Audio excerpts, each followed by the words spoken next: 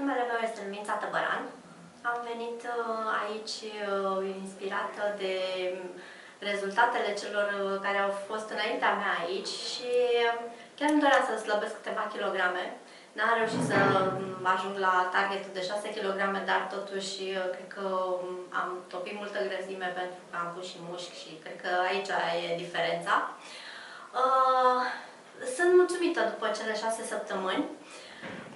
Mi-a plăcut foarte mult, mi-au plăcut foarte mult antrenorii, mi-a plăcut foarte mult tipul de antrenament, mi se potrivește, este foarte dinamic, foarte alert și, de fapt, cred că se potrivește oricui își dorește un pic de mișcare și are și reale beneficii pentru sănătate. Eu una stau mai dreaptă de când am venit aici.